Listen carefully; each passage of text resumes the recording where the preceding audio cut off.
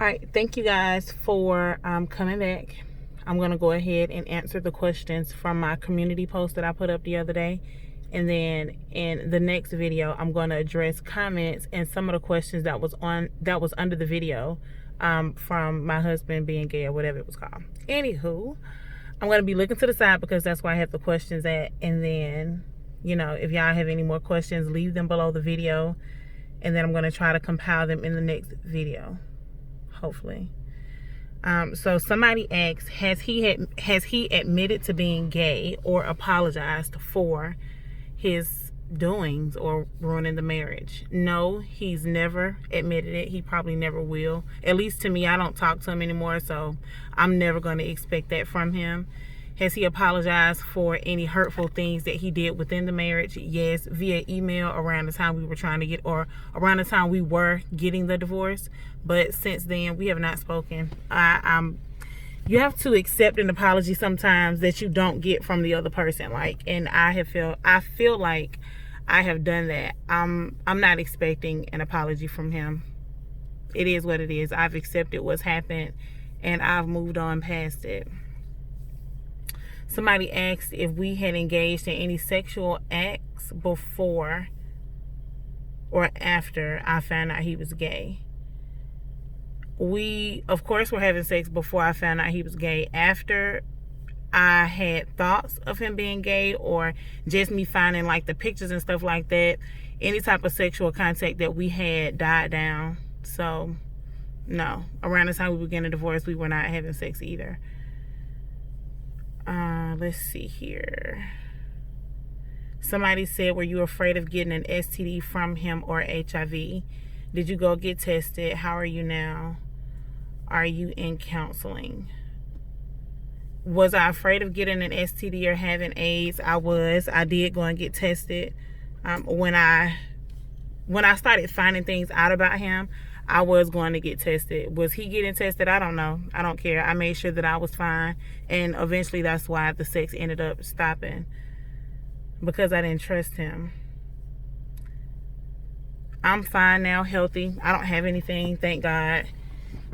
Am I in counseling now? No. Did I go to counseling? Yes. I went to counseling when we were going through the divorce process, and after we finished, I was still going to counseling. I don't feel like I need to go now, though. Somebody asked, what was it like being married young? What advice would you give someone who is engaged? It was hard being married young just because of the stereotypes that took place around that time.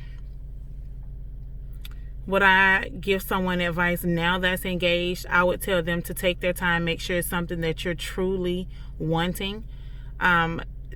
You need to go to counseling. I feel like everybody need to go to counseling before they get married, because there may be questions that will arise during the marriage that were not asked or even addressed prior to the marriage or even in the marriage. So I would really tell everybody to go and seek counseling before you get married. Therefore, a lot of the questions that need to be addressed prior to are, and it will allow you all to manage the marriage, whether that be financially, whether that be spiritually, because I feel like some of those things are not addressed prior to the marriage. Like, everyone is head over heels for their significant other, and some of those serious questions are not addressed. So counseling will take you there, whether you go and seek a professional counselor or a spiritual counselor or a spiritual advisor. Those things need to be addressed. Somebody asked, what college did I go to and what was my major? I went and graduated from Georgia State, Healthcare IT. I went and graduated from Clayton State, Healthcare Management. Did I have kids with my ex? No, I do not share children with my ex. That was the best thing that came out of that, because I did not get pregnant and have a child from him. We had a situation that took place, and I learned how his reaction told me a lot about if we were to ever have kids, or even no, we did not have children, thank God. Somebody asked, how important is constant but gradual growth in a relationship? I feel like that is extremely important. No matter how well you think you know a person before you get married, there are some things that are going to come out throughout the course of the marriage, whether that be at the beginning or at the end. Something simple can be, you can find out this person had a cousin in New York and you never knew about it and you wanted to know why they didn't talk, and it could be because the parents didn't get along or something as simple as that. There will be growth throughout the course of the marriage. If there's no growth throughout the marriage, that's probably not the person for you. Constant growth is always a good thing. I need to continuously see you moving forward in something. You can be bad with your money, and throughout the course of the marriage, early on, I hope, you learn how to manage your money. That's constant growth. That's required. It needs to happen.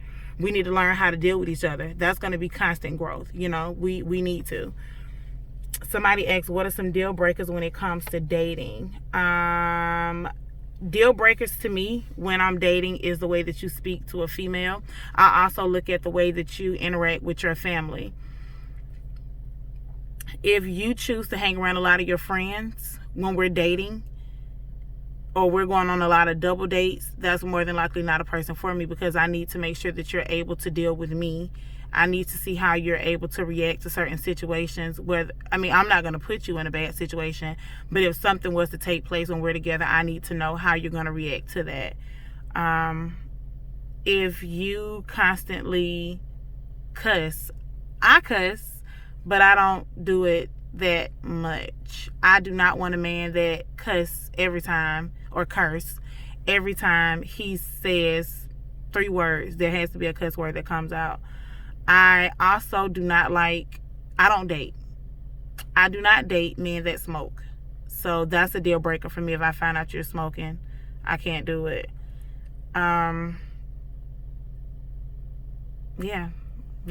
Those are big deal breakers for me. What are some travel goals for me this year? It's March right now, and I am still planning on traveling to at least 2 countries by December. There is a state that I want to go to soon. I'll be trying. So one of the states that I want to travel to is Colorado. I plan on going there within the next 2 months. And right now, while the flights are cheap, now would be the best time to book those flights. For everyone out there that's wondering, go ahead and start booking. Someone asked, the question says, is you single after finding out your ex gay? Am I single now, or was I single when I found out my ex was gay? When I found out he was gay, yes, I did break up with him. Was I single? Yes, I was single for an extended period of time. Do I regret anything? Not much. But I'm just grateful that I'm out of that situation. And I have moved on, obviously. One of the questions that I have for everybody is, how did you all find out about that video? Because it just, it took off. It took off, and I don't know how any of y'all came. So list below, where did you guys find the video? Who told you about the video? Link some people so I can go and see the conversation myself. Thank you all for watching. Like, comment, and subscribe. Bye.